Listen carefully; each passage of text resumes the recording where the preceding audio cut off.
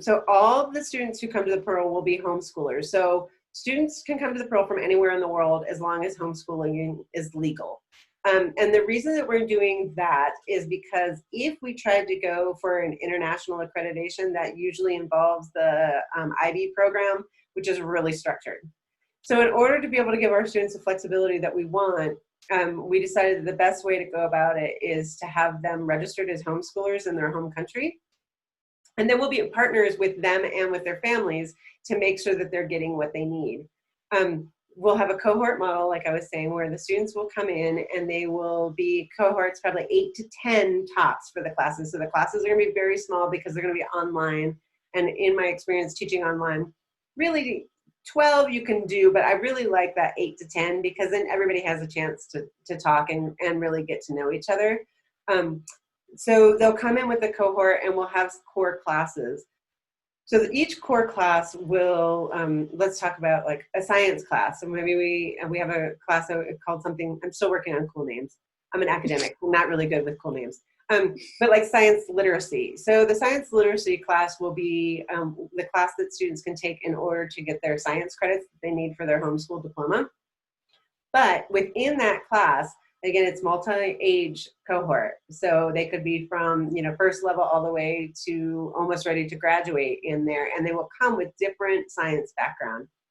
So the teachers that we're looking to hire have to be really, really good. Because you might have a kid in there like, I know I need this credit, but I hate science. I'm not interested in anything. Don't like it. And you might have another kid who's like, oh, I already took Khan Academy physics. What can I do next, right? And then we can help pair them with things that they're interested in.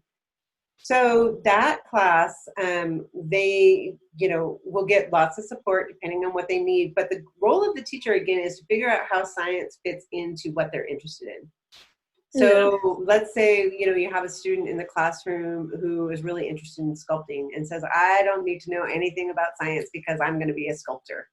And, so the science teacher is, well, what about, what kind of compounds are you using? What do you need to know about the materials? And are you going to be using a kiln? And what's important around that? And hang on, I'm going to turn this to sound off because it is distracting. So the teacher has to really be on top of it, and they have to be really, really good, and they have to know, science from, chemistry and biology. So they have to have a really strong science background. Maybe somebody else wants to study environmental science or water quality or something like that. So that's what the classes will look like. They're going to be block classes.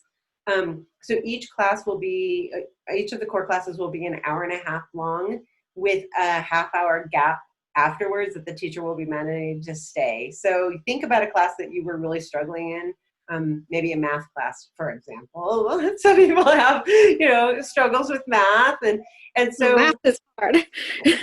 so then you're just starting to get what you're working on, and they're like, class is over, gotta go. So we're not going to have that. We're always going to have that buffer. So if it takes you a while to get into it and you didn't understand it first and you're really struggling and maybe you need to step away from the computer and, let the teacher know, like, I gotta go out back and throw the ball with my dog for 5 minutes because I'm freaking out and I can't do this. And then they come back and they're like, okay, let's try again. And then they're finally getting it. We want to make sure they always have that time to spend extra time with the teacher. And so students won't be required to stay past the hour and a half, but anyone that needs additional support or if a couple peers are working together on a group project and they're really into it and they don't want to leave yet, they'll always have that time. The other thing, because we have the youth board weigh in around the time, for those in the central time zone like we are in Mexico, classes are going to start at 11 a.m. Sorry for you on the Pacific Coast, that means 9 a.m. for you. But we had to do that in order to figure out, like, we didn't want it too early for the West Coasters. We know that teens don't do well early in the morning, so we didn't want their classes to start, at 7 or 8 a.m. But then we had to kind of stagger it so everybody else got their classes without, being too late. In order to be a student at the Pearl, the students will take those core classes, which will be a foundations class with me that really helps them get ready to do their own project-based learning and help them create their overall project plan and their goals for the entire time that they're at the Pearl. And I also really want to make sure that I get to know all of our students. So as the director, I want them to always feel like they can come to me if something's happening in the school that they don't feel comfortable with. And I Yeah. feel like the only way for that to happen, especially in a remote environment, is if they take a class with me and then they get to know me. Um, and so those core classes will be the foundations class. It will be science and math and probably some kind of writing class, literature. We haven't quite figured out what that's going to look like.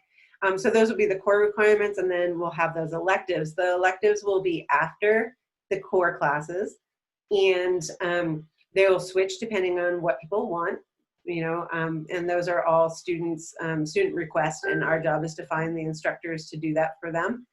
The electives Yeah.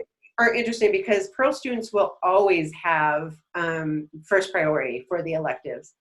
But in order to be able to encourage really smart, talented people to come and teach our electives, so we'll have writers that teach classes about writing, we'll have filmmakers that want to teach about film studies, we'll have musicians, and lots of different we have a very large social network, throughout the United States and filtering into the UK and down into Mexico. So we will find people to teach the electives that students want.